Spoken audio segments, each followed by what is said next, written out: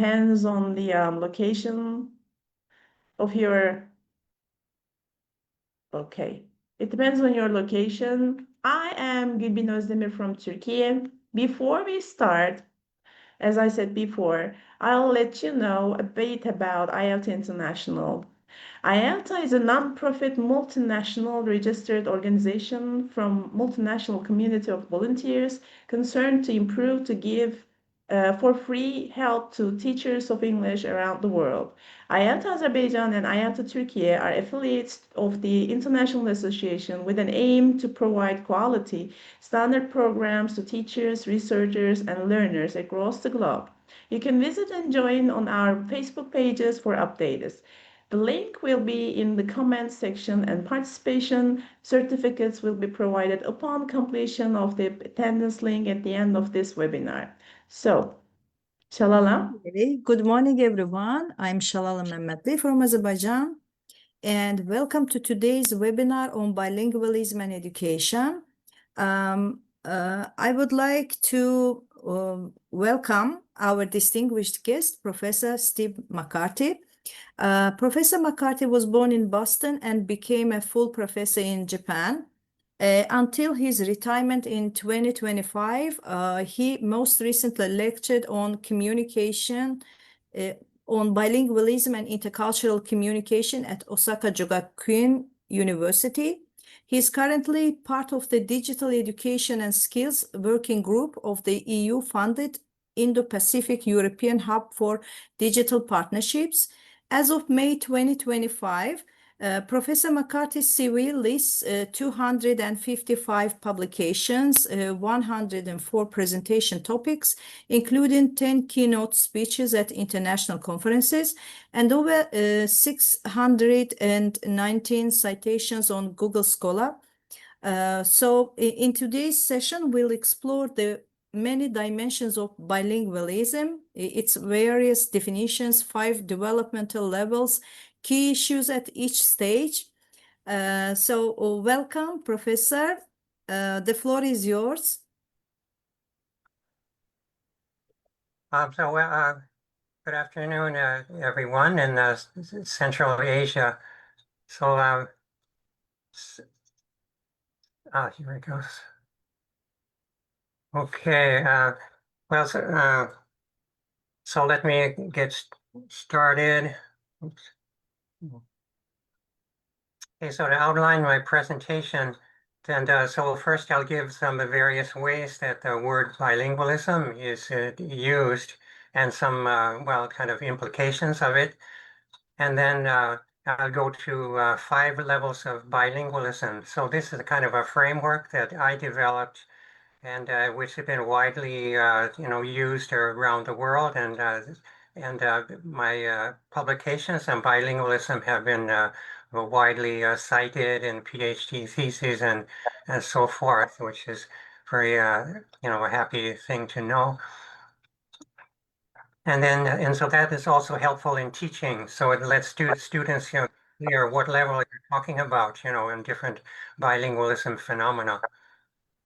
And so then I will go to some important bilingualism issues at each level. So just some, and I'll try to keep it, not technical and easy to understand. And then you can all enjoy my English-Japanese experience at all the levels. And then I'll go on to a bilingual perspective on academic organizations, such as your language teaching organizations, the languages that are used, and some of those issues. And then just a little about the AI and language acquisition. And then I'll go to how bilingualism informs language teaching. So that will get a little more dense, and but you will be able to, if you access this slideshow online, then you can be able to read or follow the links, to read articles, that are shown on the screen. So the things in blue are active links, and then about you can access the slideshow. So maybe you can take a photo of the screen, or the and organizers will send you this the URL address of the slideshow so you can enjoy at your leisure. Okay, so some of the meanings of bilingualism. So one is as an ism. The bilingualism is an attitude or stance that more languages are better. And so not everyone believes this, and so that, but we in bilingualism field certainly do. And then going to the right side, it's very important to think of bilingualism as a discipline in applied linguistics. So first you have like linguistics and divided into theoretical and applied, and then applied has various disciplines like a language teaching, first of all, and then the intercultural communication or sociolinguistics, psycholinguistics, and so forth. Now, bilingualism is the study of languages in context. And so that's one reason that we focus on bilingualism rather than multilingualism is that usually there's an interface between two languages, either in a family or in society. And so that's one reason. So languages in contact. And then going lower left, then often at the individual level, within the individual, then the bilingualism is the state of being or becoming bilingual to a useful extent. And so this gives a hint about what it means to be bilingual. So it's not to be perfect, but generally being bilingual is being able to function in the two languages, for the purposes of the individual, if you can accomplish your own goals, in two languages, then then a person can be a type of bilingual. So and then another sense of bilingualism as a goal of education or learning or a child's natural acquisition. And so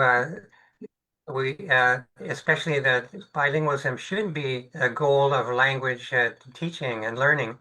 So it should be a goal in people's minds. And from the viewpoint of the goal also sheds light on language teaching and learning, from the viewpoint of the goal.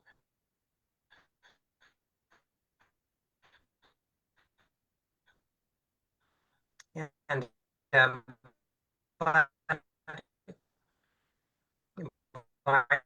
bilingualism should not be an ideal of this in the end, it's ideal person. That's not a stick and not people listen to that image of the individual.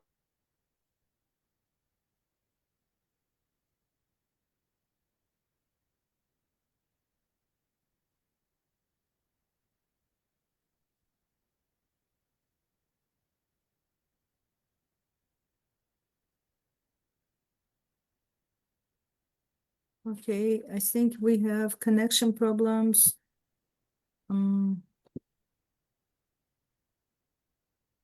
Yes, you're back. Let's see. Yeah, you should start sharing again. Okay.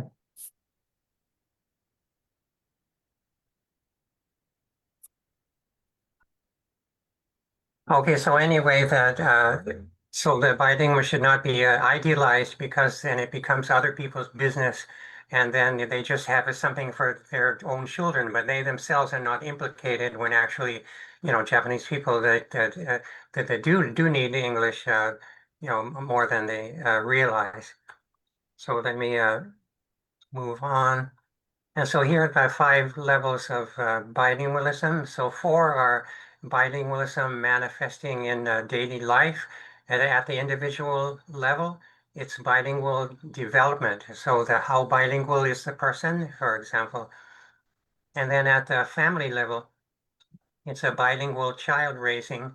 So they're trying to raise children in 2 languages, which is really a good thing because actually children have the capacity for more than one language.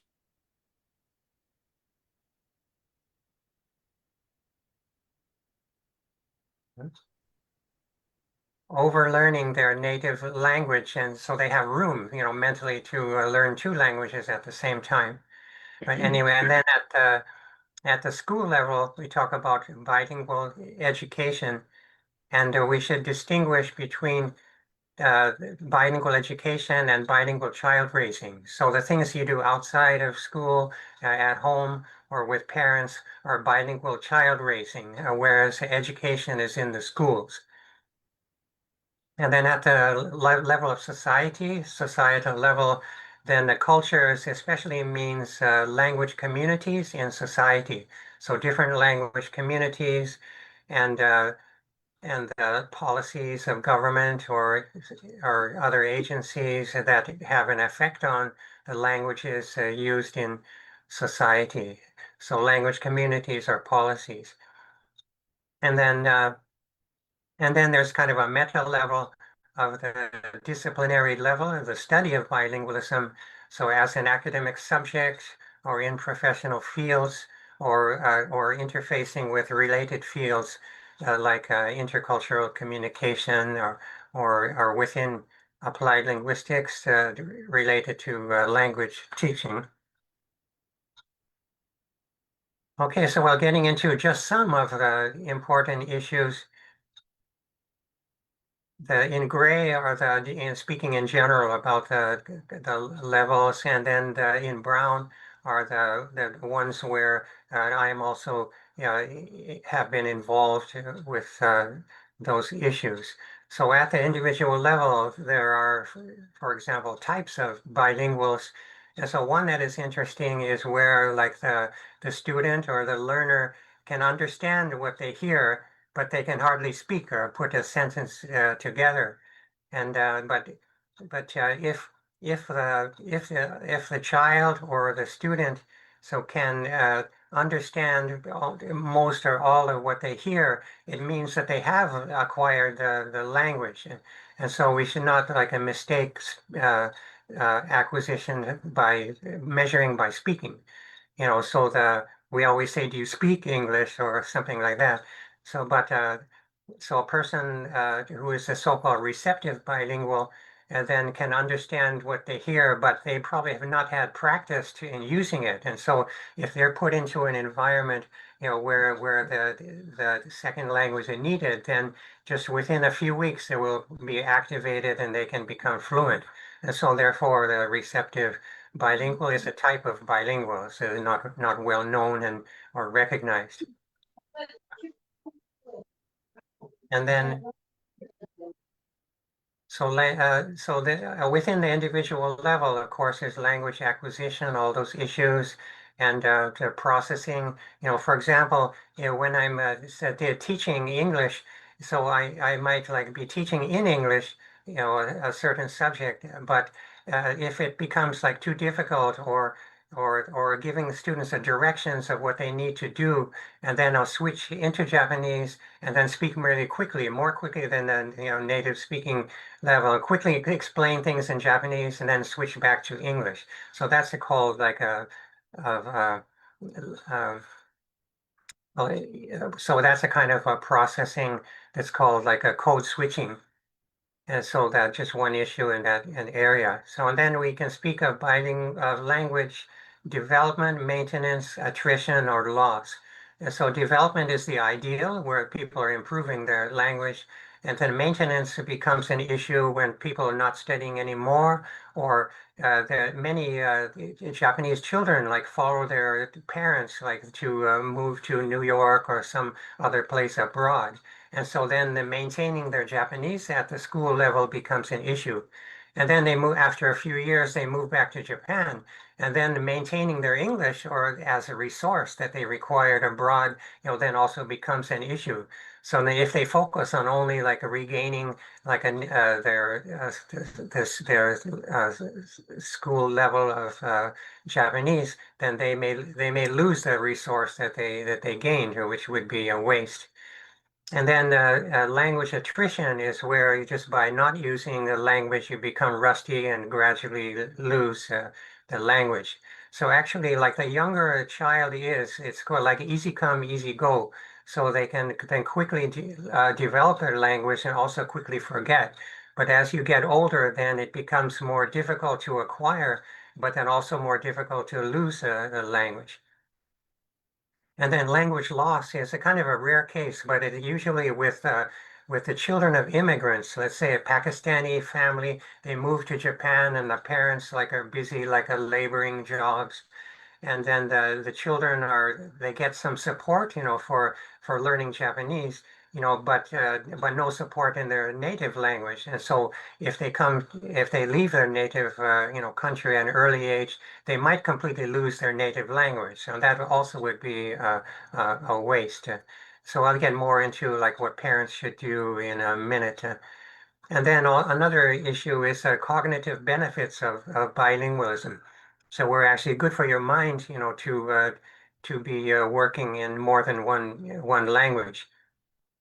There was an issue in Japan. It was very scandalous. Like there was a bilingual school, and they had one group that studied that more than 50% in English studied the regular curriculum, and then the other group then studied as the usual Japanese way, with just a little English and mostly in Japanese.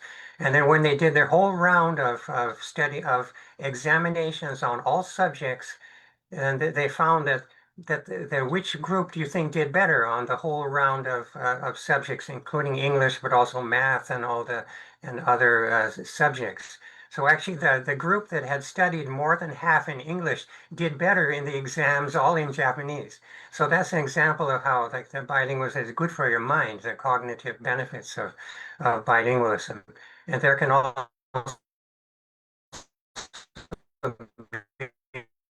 be like ethical and a more international attitude. From And it was funny, the former ambassador and Harvard professor, the Edwin O.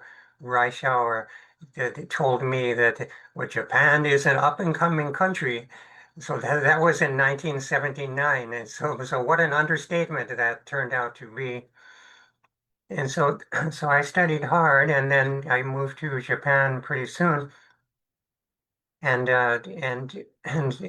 became bilingual, fairly quickly, or mostly bilingual. So I never reached, so like the mathematical equations, like I never reached the full native speaker level. But then also becoming bicultural to some extent. So this is the only time I might mention about biculturalism. But in the individual, then it means like taking in some the cultural aspects of your second culture. And then in my case, like kicking out some things of American culture that I don't like and taking in some things of Japanese. So my Japanese personality is more sociable and probably more, friendly or easier to get along with. That's the influence of Japanese culture, where they're very sociable. And then at the family level, then the bilingual child raising approaches. So there are various ways that can work, but typically that if you have like a parents who have a different native language, then they should use their native language to raise their child. So because your emotions like are in mostly in your native language. And so it would be a mistake to say is like to do as the Romans do and to have like both parents like speaking like the language of the country where you move to, and then losing the native language that the parent then could transmit to the child. So I've seen cases of that where they regretted, like a Japanese American moving to Japan and speaking Japanese to their children, then regretting it later when the children, they want to like have international jobs, and so they lost that opportunity. And so but there are other ways. So if a family, let's say, moves from Japan to the U.S., then they should use Japanese at home because the whole society is in English. And when they move back to Japan, then they should speak English at home in order to keep the balance. And so that is usually is the aim, to maintain the two languages in their bilingual child raising approaches.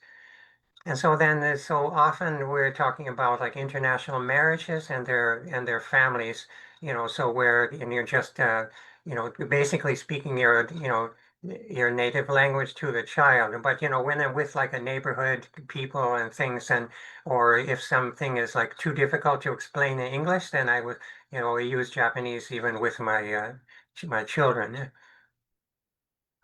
And so how has it worked out with them? Actually, that we were living in the countryside, like an outer island of Japan, with very traditional but very good manners because they were influenced by the Buddhist pilgrimage of Shikoku, and where people would go around and there was a kind of a culture of like of giving to the pilgrims, and so they have the kind of very good manners in that region. So.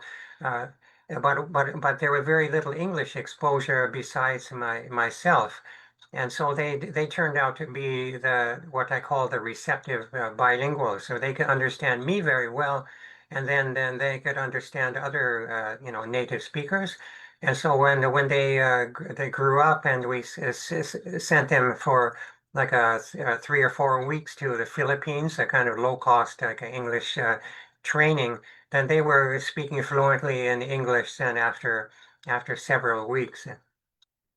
And so our younger son, like, joined the entertainment industry in Tokyo and hasn't needed his English. And so he understands what I say, but he answers me in Japanese. And then so we speak at normal speed. So I say Japanese, I speak in English, and he answers in Japanese. So we had no problem communicating. Yeah, but he hasn't needed the English. Yeah, but our older son has had like a incredible like international job. So he has both like the kind of IT training as a systems engineer, and then in that field, very few people speak English. So he's been with these very top Japanese companies and at their headquarters, and like and doing like global work almost from the through his 12 years in in Tokyo, and like he will work with like the main office of Google, Apple, and Amazon, and going to the headquarters. He went to the Microsoft headquarters and met many vice presidents, and he got training in AI and things like that. So so both of our children like had an advantage like of hearing English from me, but our older son is using it in his work to great advantage. And then the bilinguals at the family level, wait a minute, so I was at the family level, and so it worked out, very, very well with them, but you had to be patient and when they would speak only Japanese. Okay, then but the school level, we talk about like a weak or strong types of bilingual education. The weak ones are the usual ones of like setting several English hours a week or foreign language hours. And the strong types are, for example, immersion, where you teach the regular curriculum, but 50% or more in the second language.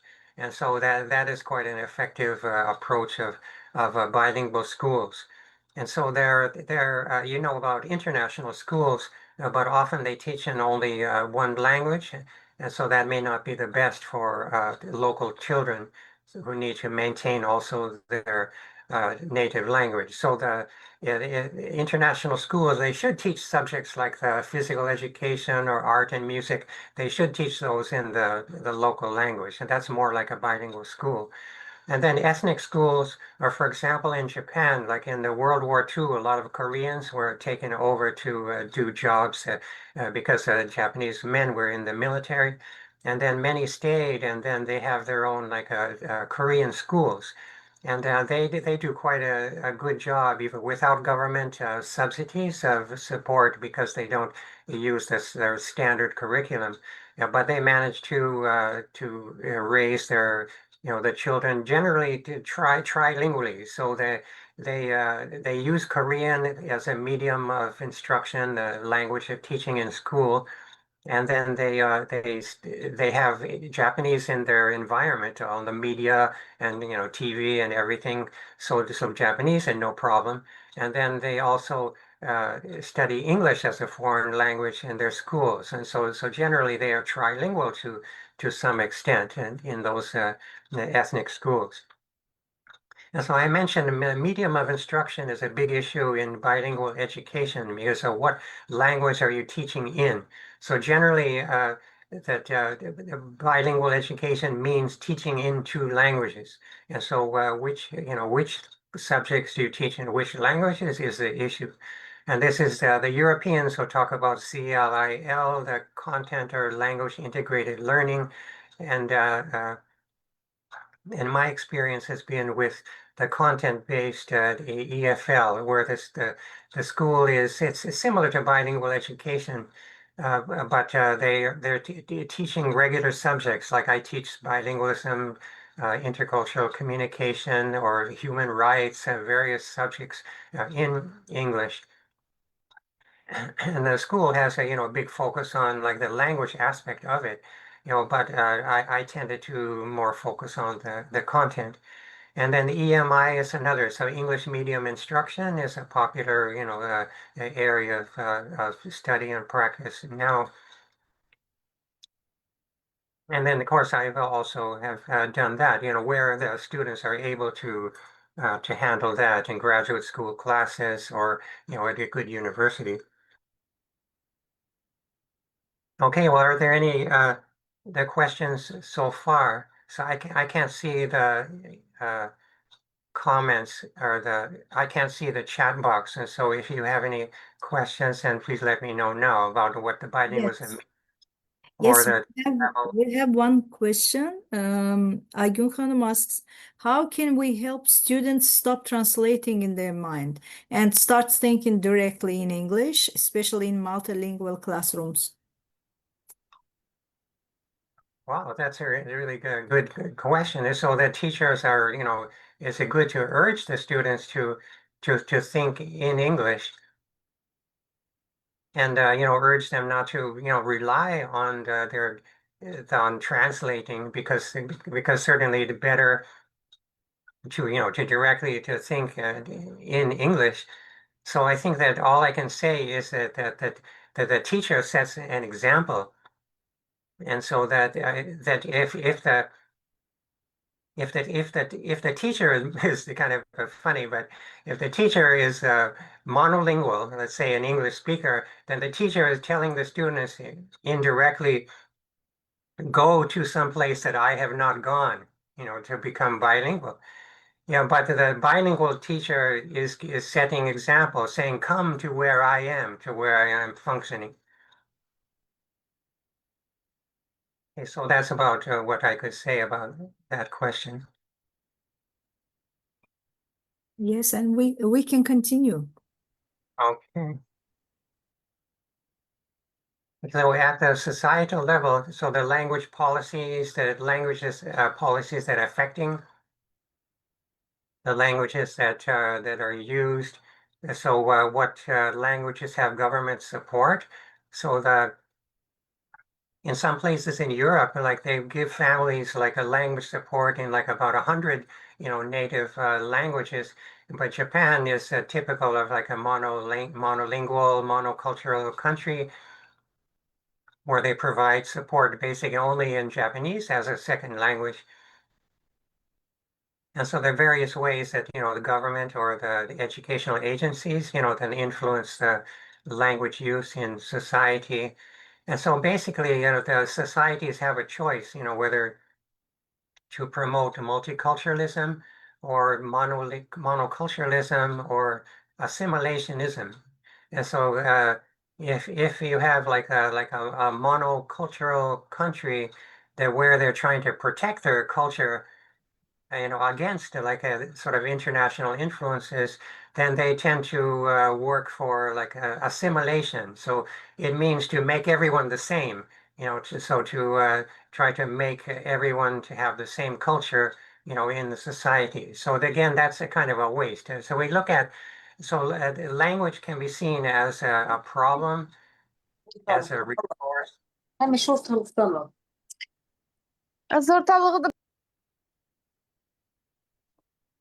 Sorry. Okay, yes, we can continue. So language can be a problem, a resource, or a right. So if language is seen as a problem, then that's a way of assimilation. To make everyone the same. So language as a resource means to have many languages, and those people can grow up and help your trade with various other countries. So it's good for the country and also the individual. And then sometimes language is like a human right. The right to have a language education in your native language, for example.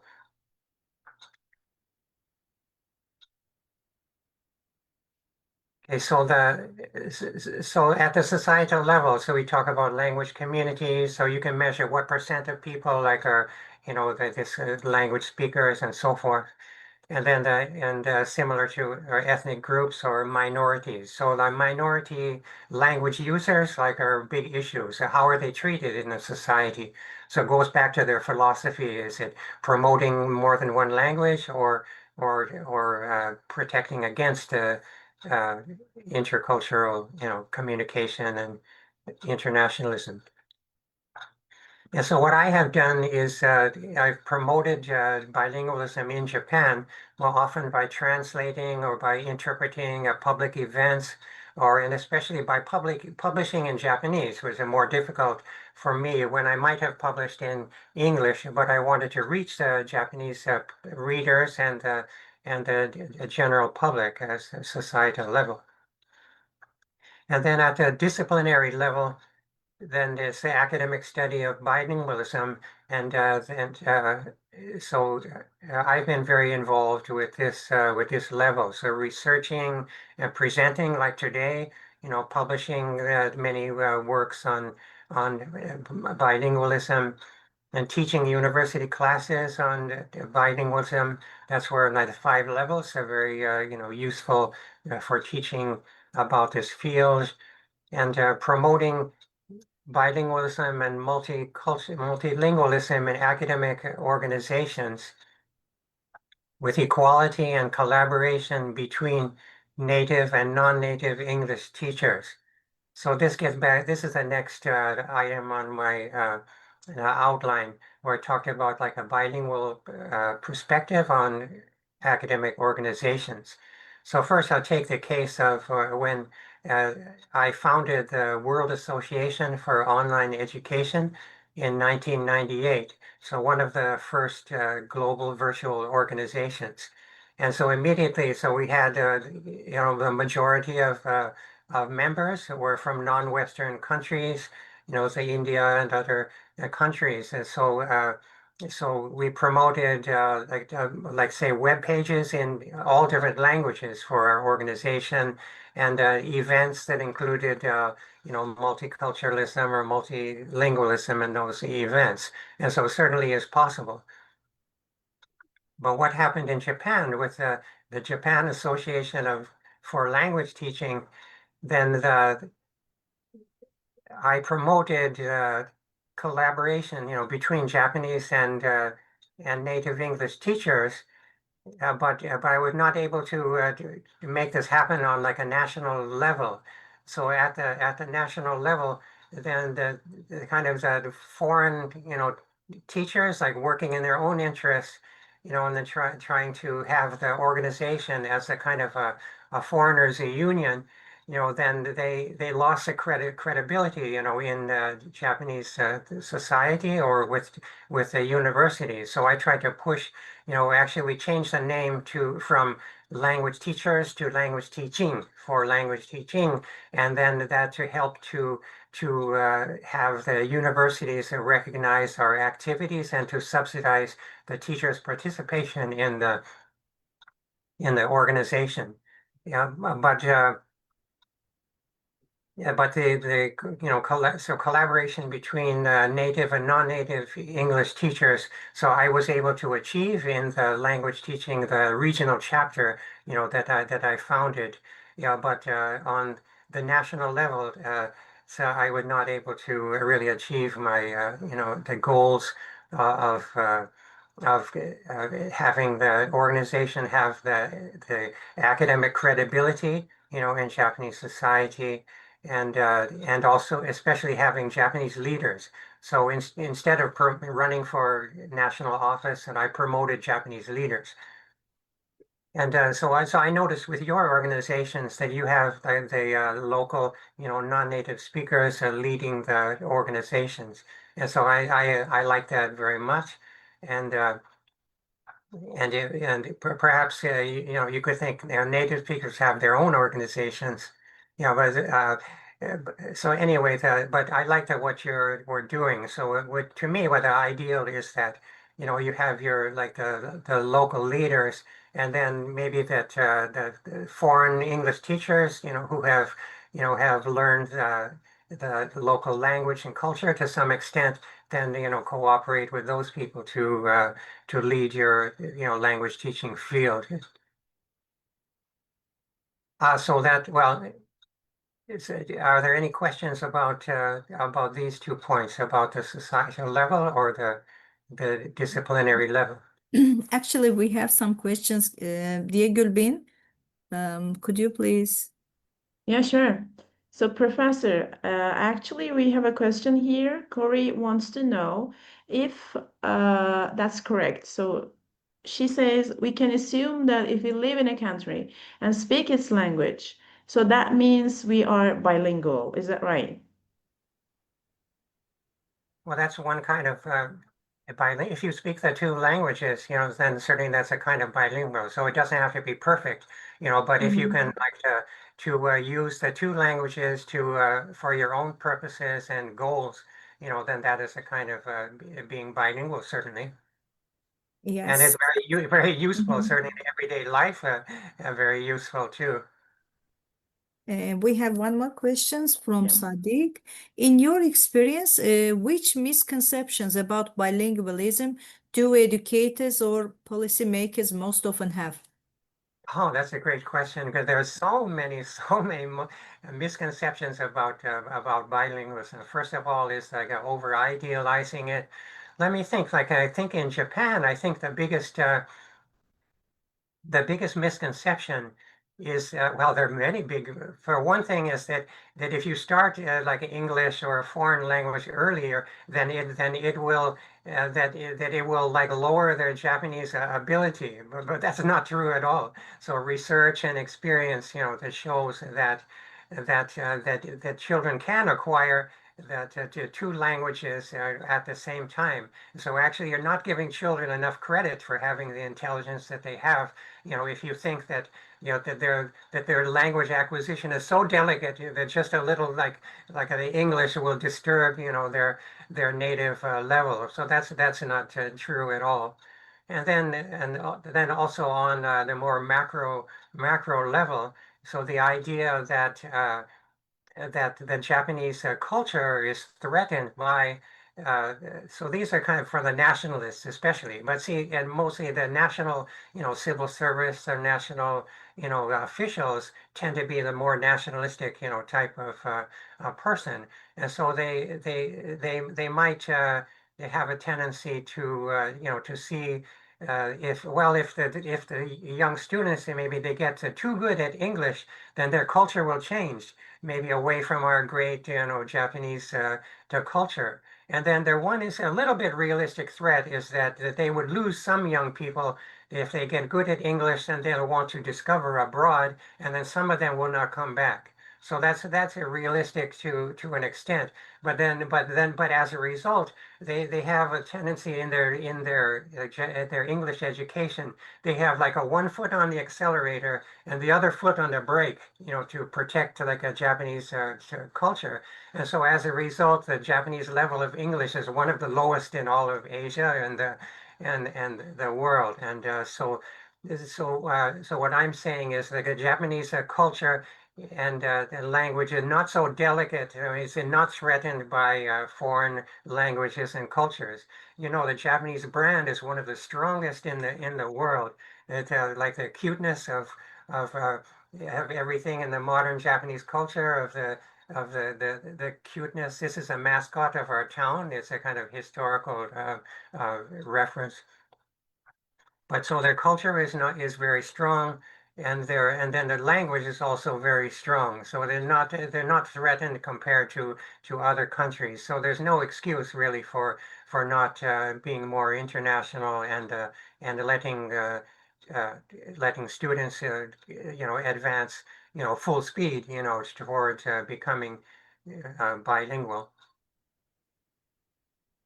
Could we continue with questions because they keep coming? Okay. We have some questions here. Just a second. Let's see. Okay.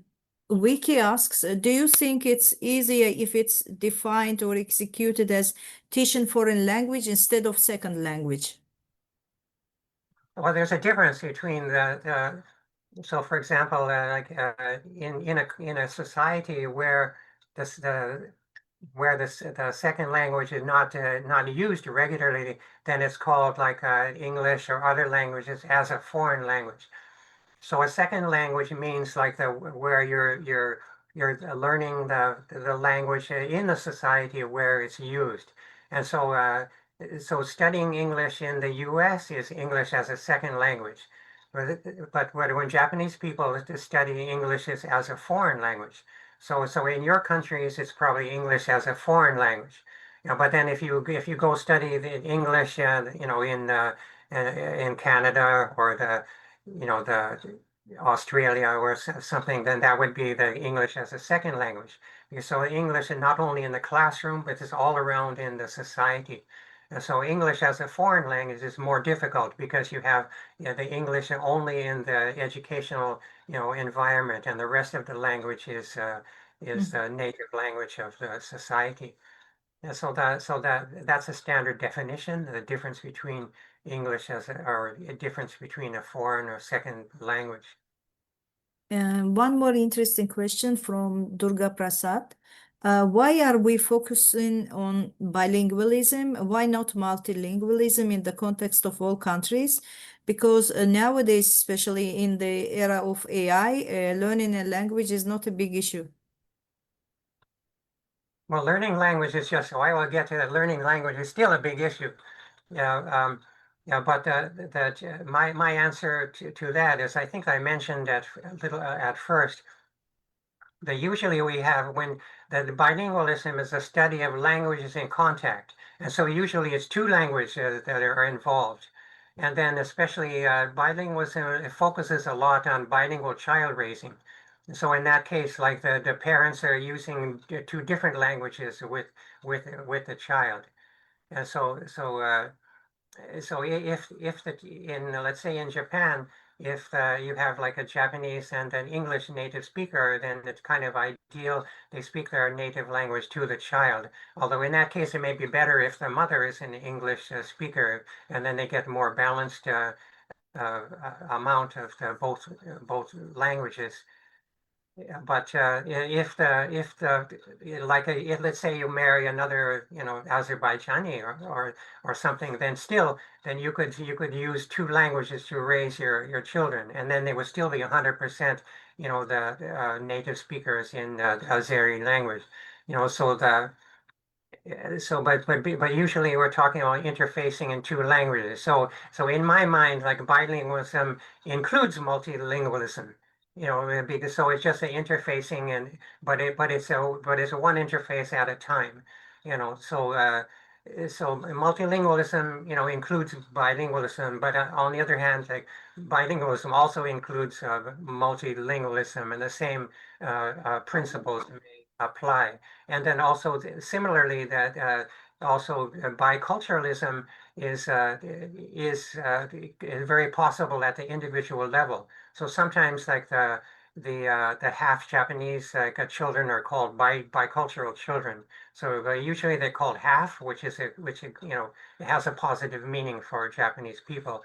Uh, so anyway, so these are so there's a distinct meaning, but of each term, but in the bilingualism field, then it's sufficient for our purposes, to talk about bilingualism and biculturalism, and then we promote multiculturalism. And I would like to ask a question myself. we talked about the levels of bilingualism, and at what level do you think learners start to benefit most in terms of cognitive or academic development? Oh, yes. So there's a level of like a basic interpersonal communication skills they talk about in bilingualism. So at that level, then they are not, gaining what's on the academic level. So let's say like as an immigrant student, comes to Japan and they're put in Japanese classes. And then rather quickly, they can pick up like a Japanese conversation. But academic English or academic Japanese or other languages are more difficult and can take years, for the immigrant child to catch up with the peers. Sometimes they may never catch up. And so generally speaking, like if a student is at the high intermediate level, then they can be called bilingual, and then they can have like the cognitive benefits of bilingualism, if from the high intermediate level or above, generally speaking. Thank you so much. So we can continue. Okay. Okay, so well, so this was something where I was quoted in this like an interview article, and this also relates to a point that your questioner then mentioned. So with automatic translation and AI, foreign languages can easily become like an accessory, similar to relying on information from the internet when needed, rather than internalized learning. So in my bilingualism research and experience using Japanese, making a second language a part of oneself then fosters personal growth and career success. So enriched with second language acquisition, one can develop a bilingual identity with the option of becoming bicultural to some extent. So educators will have to draw deeply from human authenticity and creativity to meet this challenge. So in other words, if we don't like acquire the second language as part of ourself, then we lose all these the benefits for like immediately having a conversation with someone, or having the benefits of the other language and culture of your mental growth. And so if it's just like an accessory, then so you just access it, as necessary, but not part of yourself, then I think you're really losing something.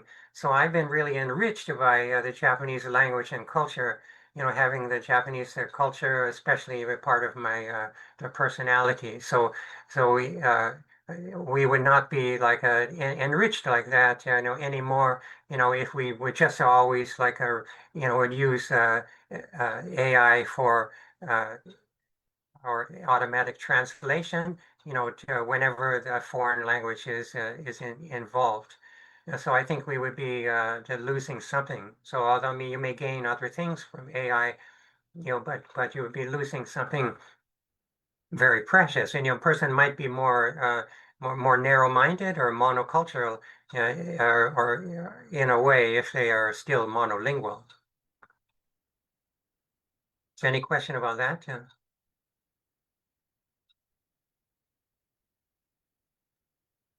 Okay, well, if not, Yes, we can continue. Yeah. okay, so how bilingualism informs language teaching. And so the bilingualism constitutes the goal of language learning, and bilingual education has effective methods. So providing an overall orientation to language teaching.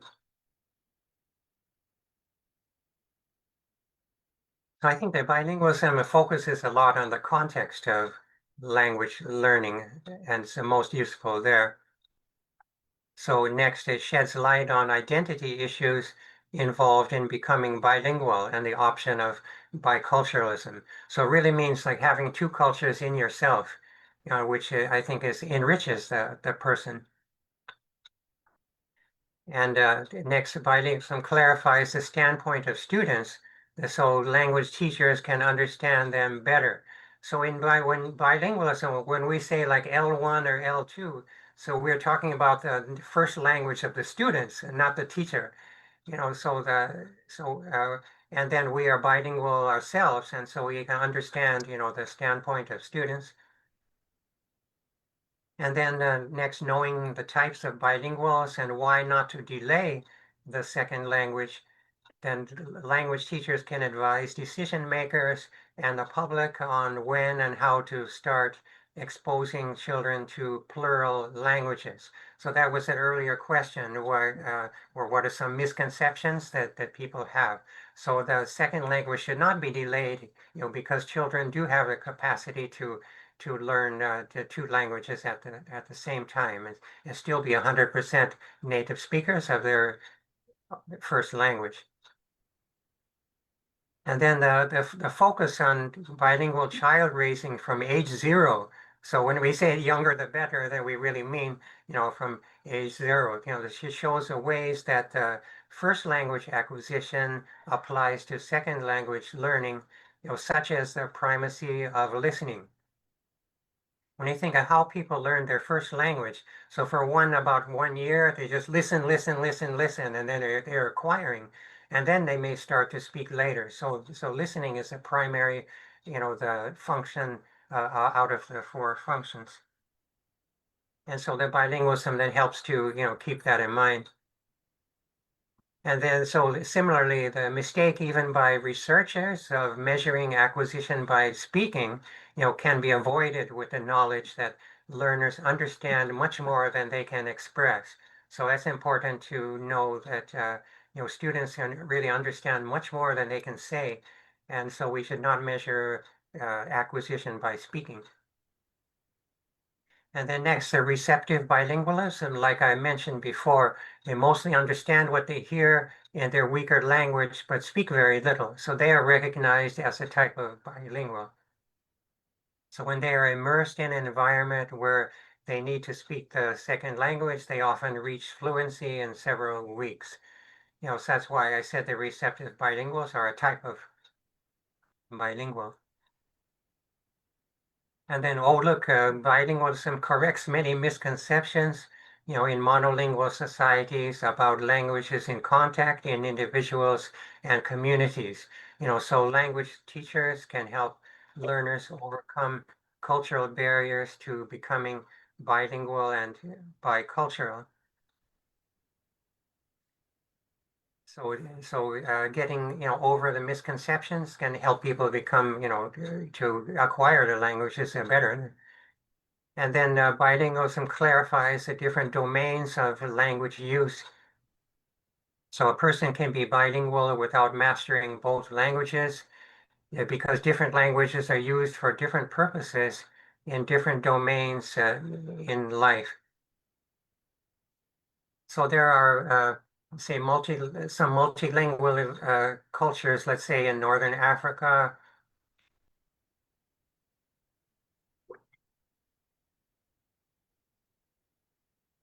where they will have like their local language, the village, the regional language like Swahili, and then an international language like a French or English, and they may use like an Arabic, for the Quran, but not in everyday life. So that's what I meant about like using the different languages in different domains. So you don't need to be 100% in each language, but just as much as you need in the different areas of the individual's life.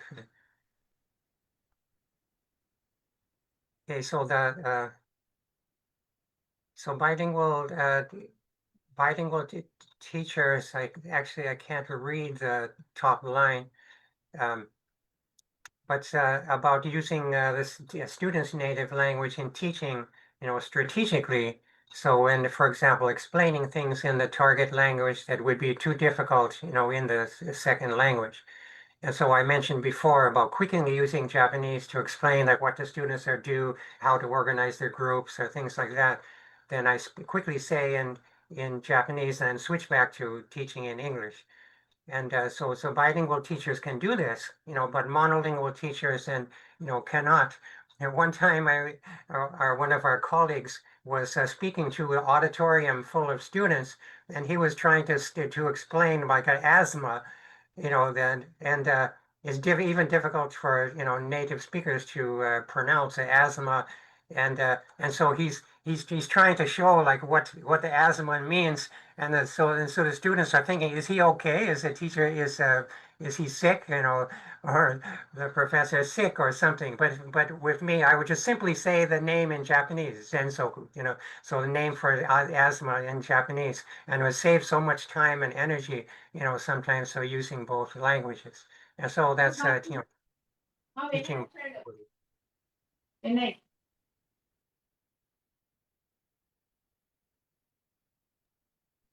Okay, so yes, yes, Professor, please continue. okay, so that bilingual education focuses on what languages subjects are taught in, the medium of instruction, like I mentioned before. So it clarifies the effectiveness of teaching methods so teachers can evaluate educational options. For example, international schools might not be the best for local students if they teach in only one language. So actually, so bilingual schools are maybe not common, but they are maybe the ideal approach.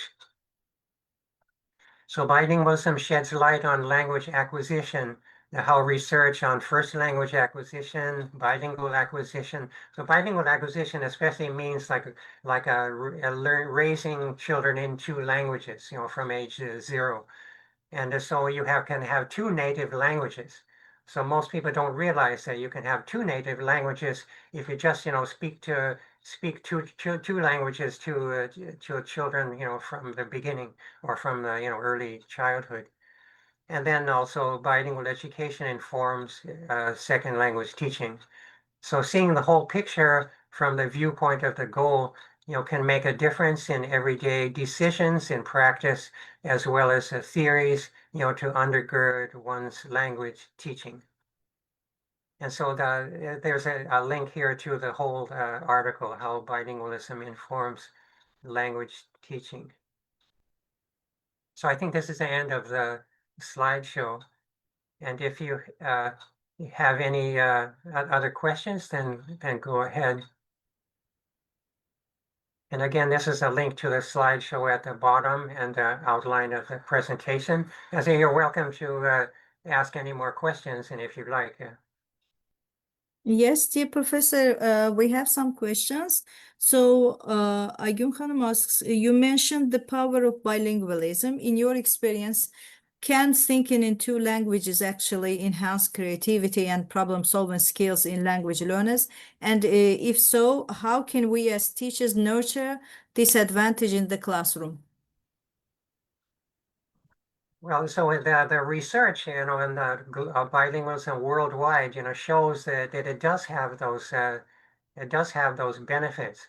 And so I think that without idealizing bilingualism, but to say to students, and to policymakers that even being bilingual to some extent, then still has many benefits. You're becoming like a more broad-minded, and you have more like a mental flexibility, and can be connected to creativity. So especially at a high level. So let's say, so I have acquired some Japanese culture along with the language. And so it can certainly spice up, my, thinking about different issues. So because Japanese will look at like the same issue from a completely different common sense. So the common sense is sometimes the opposite of Americans. And so I can see like the same issue through Japanese eyes and through American eyes, seeing the same issue, and then can see things, more broadly.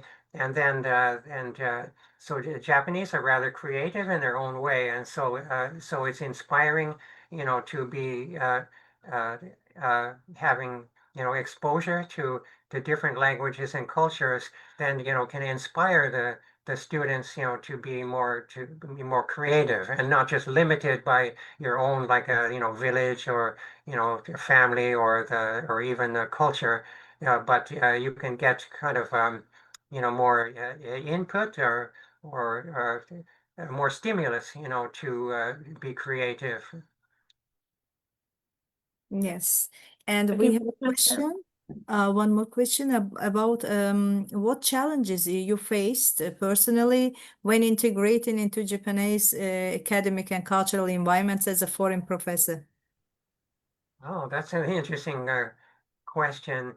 Yeah, so I think it was not so difficult for me because I had studied Japanese in graduate school, even before I came to Japan, I started studying Japanese. So not so difficult for me, because people, oh, this foreign guy speaks Japanese. And wow, that's amazing. That we thought Japanese was impossible for foreigners, so it was not such a difficult adjustment for me, but I think in my family, like my wife's parents, very nice people, and then they accepted me as a member of the family, but they kind of unconsciously they gave me kind of like a pressure to assimilate, to be more like a Japanese, and so they have their common sense about something. So let's say we go to have ice cream or something. And so I say, oh, I want vanilla ice cream, and then my wife's father will say, what do the children want? So it's putting other people first is a very charming aspect of a Japanese culture, and maybe putting children before the parents also. And so those are some uh, answers. Does that answer your question? So Yeah. about adjusting to the about the university life. Yeah, so I think so there's some adjustment for everyone. So you have like the faculty meetings, then at my university in Osaka, after the faculty meetings, the other foreign teachers have come to me. What did they say? What did they say? And I had to explain to the people what they were talking about at the faculty meetings because it's all in Japanese. And then they actually until recently, maybe most universities with all the handouts that they gave us would be all in Japanese, and so that's kind of a struggle for for any foreigner to read the Japanese, and so I got pretty used to reading things in the fields where I'm familiar, but so there are certain challenges like that, and then there was one interesting case where I was riding a bus, and sitting next to the dean of my small division in the countryside where I lived before Osaka, and then uh, I heard another. Or maybe I was another teacher was sitting with the dean, and I heard him say to the dean, "Then why was McCarty promoted to full professor?" Because, for instance, in their mind, this think like the way to be promoted is to have connections, and to be a good yes man for the superiors or something like that. And then they wonder why does kind of someone who's kind of different and more independent, and sometimes even, give resistance to the leaders, well, why was he promoted to full professor? And then the dean said, publications, academic accomplishments. So that was I did I hope I didn't laugh out loud when I heard that. But so it I think can be a difficult adjustment. But for on the one hand, you know the the native speakers of English, so they are the experts in in their language, and the teaching the methods. But if they don't speak the local languages, then their other colleagues then have to kind of like to carry them, or do their work, for them in the or organizational work, or going to schools to get high school students or something like that. And so if they don't know the local language, then there can be kind of a burden on the others, who do know the local language. Like I mentioned about it, what did they say? What did they say at the faculty meetings? So there definitely is. It's always better to be bilingual, than to be monolingual, and then the more more the better. Yes, thank you so Hi, much. Professor. I'm I going have a to question, Shalala. Yes, yes, yes. But before this, just a second, I will share the link to access slideshow here in the Okay. chat box and in the comment section, and also the attendance link here and there. And go ahead. Yeah. That's perfect. I didn't know that we have a link for the presentation. That's great. Yes. So, Professor, that's a personal question, by the way, and I would like to hear about your personal point of view concerning this question, because I am raising my son bilingual, English and Turkish. So I would like to hear about your personal perceptions and also ideas about this. So I was wondering if it is possible to be equally proficient in L1 and L2. Well, I think you don't have to aim for that, so it just becomes, just kind of um, an unrealistic goal. So we should have, a Mhm, realistic goal.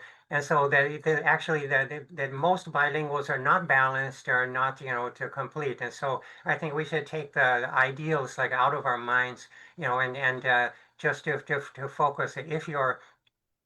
If your child can function in English, then they'll do very well. They'll have advantage in school, advantage in the workplace, and advantage in having a broader mind.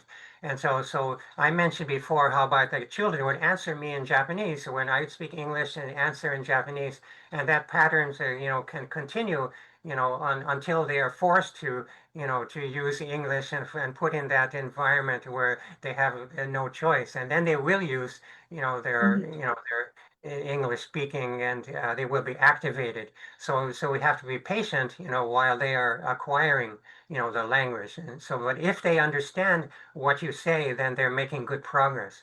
So mhm. that so gradually you can to speak in more complex English to them.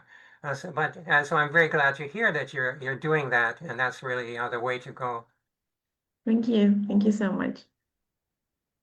So, Shalala, Yes. you have other questions or No.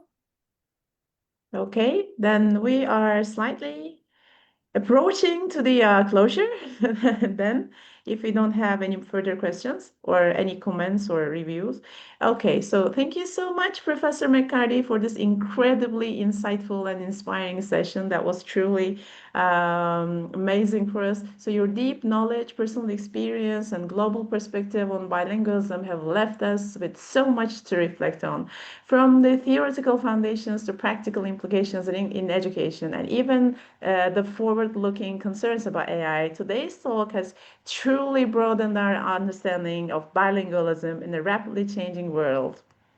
So, to our audience, thank you for your participation and engagement, because I know people were here like at the at 1 p.m. or 1 a.m. early in the morning, early in the night. So that was quite precious. So we hope today's session sparked the new ideas and perspectives for your own work and teaching experience and practice. So I'd like to also thank to my co-host, IELTA Azerbaijan Ambassador Shalala Mehmetli. So we will look forward to seeing you at our future webinars, and we would like to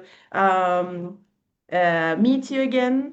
And in the chat box, you'll see the form for the certificate of participation and also the link to the PDF that our professor prepared. So thank you for your participation, and thank you again to our precious professor. That was so cool. That was so precious to host you today. Thank you. Thank you. Thank you so much for taking the time and joining us and enlightening us on this very interesting and important topic.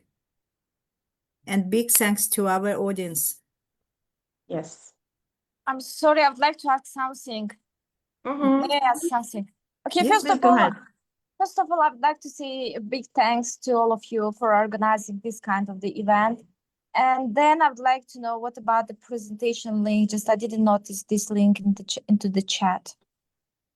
If it is there, it was shared. No, just share it only article if I. No, the PDF for the slides, and later you can contact me. No problem. Great. Send Thank you it. for sharing again. Thank you. You're welcome. Anything else that you'd like to say? Because we're just closing right now. Okay then. Okay, so goodbye and see you. See you in our next webinars. I will stop the recording. Yeah. Okay. So bye.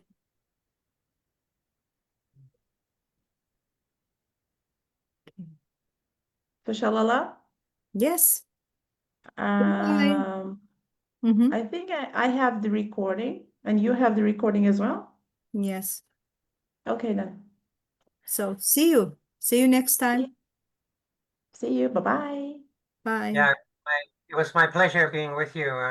So maybe we can get together again sometime. Yes, sure. Thank you so much. It's always a pleasure. Thank you. Bye-bye.